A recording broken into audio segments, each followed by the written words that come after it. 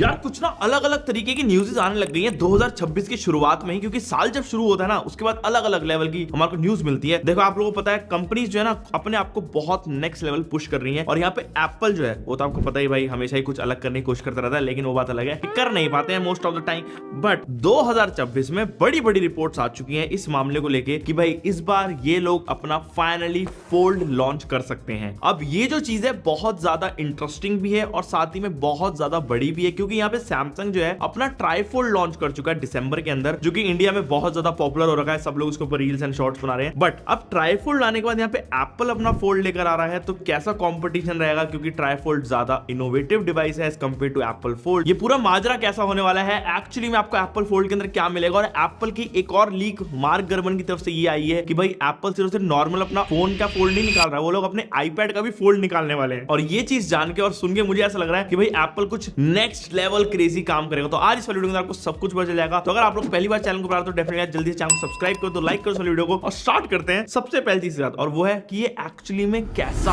होगा।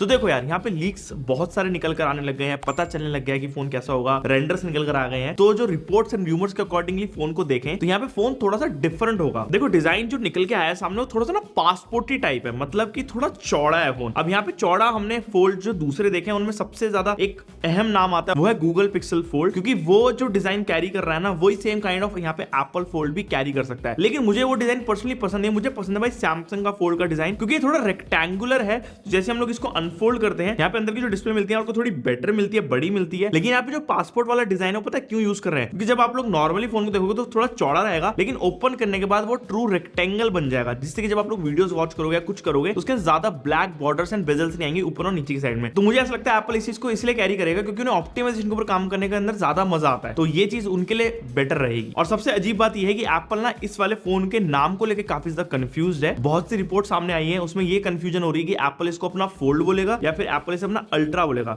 अब अल्ट्रा जो नाम है ना वो काइंड ऑफ सैमसंग के साथ रेजोनेट करते हैं, तो मुझे लगता है शायद वो चीज ना यूज करें इसके अंदर, बट अगर करते हैं तो कहीं ना कहीं अच्छा ही रहेगा। अब देखते हो तो खैर बात की बात है। अब यहाँ पे एक और चीज है जो मुझे पर्सनली फील होता है इस वाले फोन को डिजाइन एंड ओवरऑल देख के। आपने देखा होगा आईपैड ना एक मिनी आता है और उसका जो ओवरऑल फॉर्म फैक्टर है ना इस वाले फोन को जब आप लोग अनफोल्ड कर लोगे काइंड ऑफ सिमिलर बन जाएगा जैसे कि उसका होता है। तो यहाँ पे वही same dimensions kind of display की आपको देखने को मिलेंगी। और जो मैंने आपको बताया ना पासपोर्ट वाला जो पूरा फिगर है, अगर आप लोग उस मिनी को फोल्ड करते हो तो काइंड ऑफ वो पासपोर्ट वाली शेप के अंदर ही आता है, तो कहीं ना कहीं वही सेम शेप इधर भी हमारे को मिलेगी। अब देखो फ्रेम हो गया, हिंज होगी, ये हमें पता है टाइटेनियम एंड एल्यूमिनियम का एक मिक्सचर होगा, जैसे कि सैमसंग यूज करता है, टाइटेनियम में डालता है हिंज के अंदर, बॉडीज एल्यूमिनियम की होती हैं, वो काइंड ऑफ आपको पता है प्रीमियम रहेगा। स्टेनलेस स्टील यहाँ पे नहीं यूज करने वाले हैं क्योंकि उसके साथ बहुत सारी चीजें दिक्कतें आ सकती हैं। बाय द वे एक और चीज ये बताई गई है कि लिक्विड मेटल का ये लोग यूज करेंगे इस बार इस वाले फोन के अंदर, जिस वजह से थोड़ा सा डिफरेंट जो आपको पूरी फील आएगी हिंज के अंदर एंड ओवरऑल फोन की क्वालिटी में। अभी जो लिक्विड मेटल वाला जो पूरा मिश्रण है ये इस तरीके से लगाया जाएगा कि हमारे को यहाँ पे टाइटेनियम एंड एल्यूमिनियम दोनों का मिश्रण मिलेगा, जिससे कि यहाँ पे बेटर हीट डिसिपेशन हो गया एल्यूमिनियम की मदद से, और साथ ही में टाइटेनियम से आपको ज्यादा बेटर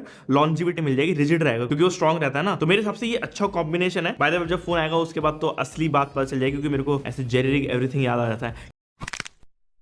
खैर यहाँ पे बात करें फोन को अनफोल्ड करने के बाद ओवरऑल स्लिमनेस की। अब देखो एप्पल ना अपना आईफोन एयर जब से लेकर आया ना थोड़ा सा स्लिमनेस की तरफ इनका ध्यान चला गया है, और मुझे ऐसा लगता है सैमसंग को मद्देनजर रखते हुए, इस आईफोन एयर को मद्देनजर रखते हुए ये लोग अपने फोल्ड को भी पतला बनाएंगे। अब यहाँ पे अगर आप लोग सैमसंग को देखते हो तो ये सिर्फ 4.2 mm थिक है जब आप लोग इसको ऐसे अनफोल्ड कर लेते हो। वहीं पे जो एप्पल अपना फोल्ड निकालेगा ये अराउंड 4.5 mm थिक होगा, तो हल्का सा मोटा रहने वाला है। अब ये जो मोटापा है वो कहीं ना कहीं देखो अच्छी चीज भी हो सकती है, क्योंकि सबसे बड़ी बात ये है कि देखो यार हमारे को फोल्ड फोन के अंदर जो डर रहता है वो ये है कि भाई ये मुड़ ना जाए, टूट ना जाए, तो थोड़ा सा अगर मोटापा रहेगा तो कोई ऐसा इशू नहीं आएगा। और ये मोटापा शायद एक और चीज की वजह से हो सकता है, क्योंकि इस बार जो बैटरी एप्पल इस वाले फोन में डाल रहा है वो नॉर्मल आईफोन से भी बड़ी है, अराउंड 5500 से लेके 5800 mAh की बैटरी बताई जा रही है इस फोन के अंदर आएगी, जो कि सच में एक बड़ा सेल है एंड ऑब्वियसली इससे ज्यादा पावर मिलेगी फोन को। और सबसे बड़ी बात ये कि भाई एप्पल की ऑप्टिमाइजेशन, बड़ी बैटरी, ये सब एक अच्छा कॉम्बिनेशन बना रही है अब तक मुझको जो दिख रहा है। अब डिस्प्ले का भाई इंटरनल साइज क्या होने वाला है मुझे पता है बहुत विवाद होगा इस चीज के ऊपर, लेकिन अंदर का जो साइजिंग है दो यहाँ पे ऑप्शन हमें पता चले हैं। वैसे तो एक है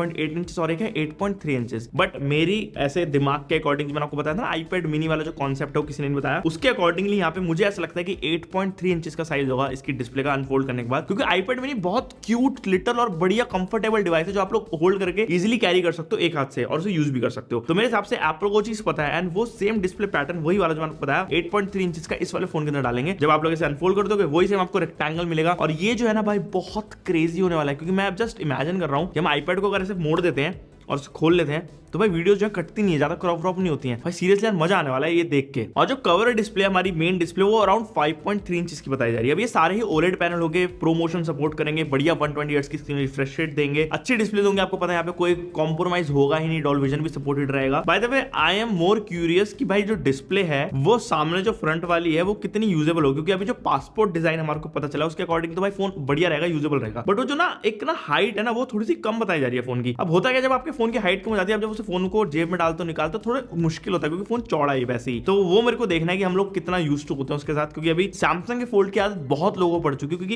इजी है और आप ऐसे देखते हो तो नॉर्मल फोन की तरह ही दिखता है, इजीली अंदर चला जाता है। बट जब अनफोल्ड करते हैं तो ऑब्वियसली हमारे को यहाँ पे बड़ी स्क्रीन मिलती है। बट इसका जो अंदर का स्क्रीन रियल एस्टेट है, जो रेशियो है वो बहुत अजीब है। जैसे कि वीडियोस हो गई, गेम हो गई, वो मजेदार चलती नहीं है। बाकी एप्पल जो है अंडर डिस्प्ले कैमरा यूज करेगा जो सैमसंग ने अपने फोल्ड 6 में यूज करा था। अब वो कितना कारगर रहेगा वो देखना पड़ेगा, क्योंकि फोल्ड 7 के अंदर इन्होंने वापस से भाई बैक कर लिया अपने नॉर्मल कैमरा की तरफ। तो मैं थोड़ा सा क्यूरियस हूँ उस चीज को जानने के लिए भाई किस तरह कैमरा यूज करते हैं डिस्प्ले, क्योंकि पहली बार करेंगे लोग। और रही बात देखो fingerprint sensor and face ID की, तो मेरे हिसाब से फोन के अंदर फेस आईडी ही होगी। अब देखो सिक्योरिटी के मामले में मुझे पर्सनली ऐसा लगता है कि एप्पल कभी भी ना साइड माउंटेड फिंगरप्रिंट सेंसर के ऊपर शिफ्ट नहीं करेगा, क्योंकि भाई उनको ऐसा लगता है कि इनोवेटिव नहीं है और बहुत पुरानी टेक्नोलॉजी होगी, क्योंकि उन्होंने भाई बहुत पहले इसको करके छोड़ दिया है। और सैमसंग इसको फॉरवर्ड कर रहा है, जितने भी फोल्ड आ रहे हैं उन सभी के अंदर आपको साइड माउंटेड फिंगरप्रिंट सेंसर मिलता है, जो कि ठीक है, ऑप्टिकल हो गया, अल्ट्रासोनिक सब कुछ नहीं आता। बट एप्पल यहाँ पे इनोवेटिव कंपनी, तो मेरे हिसाब से वो फेस आईडी जरूर डालेंगे इस वाले फोन के अंदर, जो कि हमारे मेन कवर डिस्प्ले पे चलेगी। अब अंदर जो डिस्प्ले है उसके अंदर क्या होगा वो मुझे थोड़ी सी कंफ्यूजन है कि उसके ऊपर अगर हम लोग डायरेक्टली फोन को उस पर खोलते हैं तो यहाँ पे जो ये सिक्योरिटी वाला ऑप्शन आता है इसको कैसे वो लोग बाईपास करेंगे, क्योंकि फेस आईडी अगर हमारी बाहर है इधर वाली जगह पे तो अंदर तो वो काम नहीं करेगी, तो हमारे को बार बार फोन इस तरीके से खोलना पड़ेगा। या फिर एप्पल भी kind of side mounted fingerprint sensor को ऑप्ट करेगा, मुझे जो नहीं लगता नहीं होना चाहिए, जो कि हमारे को iPad 10 में देखने को मिलता है। अब मैं थोड़ा सा यार उसको लेके स्केप्टिकल हूं, क्योंकि इस वाले फोन का जो प्राइसिंग है वो बहुत ज्यादा हाई होने वाली है, अराउंड $3000 स्पेक्युलेटेड है, जो कि भाई बहुत ज्यादा होता है। सच बताऊं $3000 से नीचे रहेगा, अराउंड मेरे हिसाब से $2500 के आसपास ये फोन आएगा ही आएगा, क्योंकि एप्पल भाई अपना थोड़ा सा आपको पता है हाई तो रखेगा ही प्राइस को। तो उतने रेट में यार क्या हमारे को ये सब चीजें इतनी सही लगेंगी, क्योंकि यहाँ पे फिर हम लोग कैमरास को भी जज करेंगे, फिर हम लोग यहाँ पे भाई स्पीकर्स को भी जज करेंगे, IP रेटिंग को भी जज करेंगे। सॉफ्टवेयर तो खैर अलग ही पार्ट है, वो तो बेस्ट होगा, उसके बाद तो क्या ही बोले।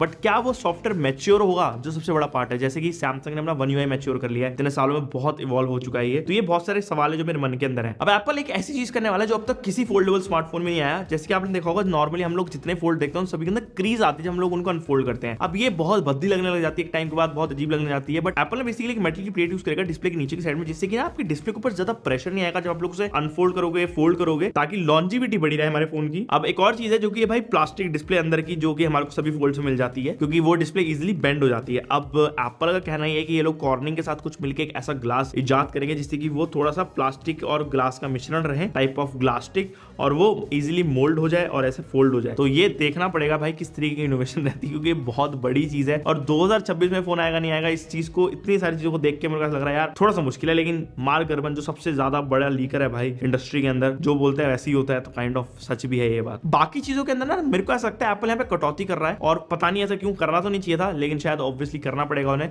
क्योंकि अगर आप लोग प्रो सीरीज देखते हो best of the best cameras मिलते हैं, ट्रिपल कैमरा सेटअप मिलता है, लाइडर मिलता है, बहुत तगड़ी क्वालिटी मिलती है फोन्स के कैमरा में। लेकिन हमारा जो फोल्ड आएगा उसमें हमारे को 2 कैमरास मिलेंगे, 40 मेगापिक्सल का मेन होगा और 40 मेगापिक्सल का अल्ट्रा वाइड होगा। टेलीफोटो लेंस यूज नहीं करेंगे इसके अंदर, तो काइंड ऑफ आईफोन जैसे डिजाइन रहेगा, एक और लेंस यहाँ पे ऐड हो जाएगा। तो ये जो चीजें देखने में थोड़ी सी अजीब रहेगी, क्योंकि टेलीफोटो लेंस इतने बड़े महंगे स्मार्टफोन के अंदर ना होना थोड़ा सा अजीब तो है देखो, क्योंकि पोर्ट्रेट शॉट्स आपके उतने बढ़िया नहीं आएंगे। बाकी आई एम वेरी क्यूरियस जानने के लिए कैमरा सेटअप किस तरीके का होगा, एप्पल इसको किस तरीके से पोजीशन करेगा, क्योंकि मुझे ऐसा लगता है सैमसंग अपने फोल्ड के अंदर थोड़े से कैमरास को कमजोर बनाता है अपने अल्ट्रा 6 के मुकाबले, तो कहीं ना कहीं एप्पल भी अगर ऐसा कर देगा तो दिक्कत हो जाएगी, इनको थोड़ा सा तो कुछ अलग करना पड़ेगा। रही बात देखो प्रोसेसर की, तो एप्पल का A20 चिपसेट आएगा, इनका जो नया C2 मॉडर्न चिप है वो भी इसके अंदर डालेंगे। देखो मेरे को परफॉर्मेंस को लेकर ना कोई शिकायत ही नहीं है, मेरे को पता है परफॉर्मेंस बेस्ट रहेगी, ओवरऑल ऑप्टिमाइजेशन भी अच्छी रहेगी, बट मैच्योरिटी सॉफ्टवेयर की वो कितनी होगी वो देखना पड़ेगा, क्योंकि अभी एप्पल फोल्डेबल नहीं बना रहा है, लेकिन एप्पल आईपैड बहुत टाइम से बना रहा है और उन सॉफ्टवेयर की जो मैच्योरिटी है बहुत क्रेजी लेवल की है। तो कहीं ना कहीं ये लोग उस चीज को मर्ज करके एप्पल का जो सॉफ्टवेयर है फोल्ड के लिए बहुत अलग बना सकते हैं। और सच बताऊं मुझे ऐसा फील है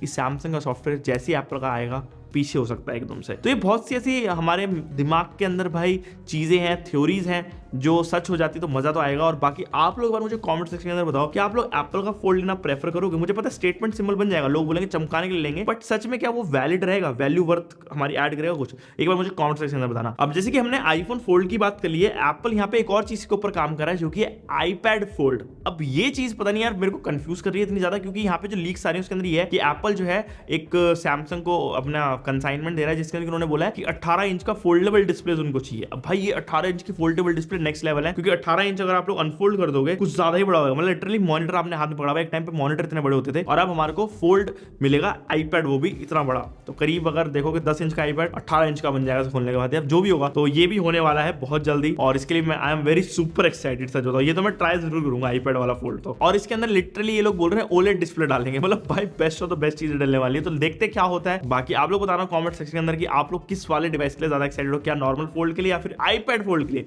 मैं तो पर्सनली आईपैड फोल्ड के लिए ज्यादा, क्योंकि भाई मेरे को देखना बड़ी चीज के ऊपर क्या समझ आएगा। तो बस यार यही थी हमारी वीडियो इन दोनों ही फोन्स के बारे में। आप लोग मुझे कमेंट सेक्शन में बताओ कि आपको किसकी ज्यादा एक्साइटमेंट है, और अगर ये वाली वीडियो पसंद आई तो बाकी तो लाइक करो, चैनल को सब्सक्राइब कर दो, और मैं आपसे next video. Okay guys, bye bye.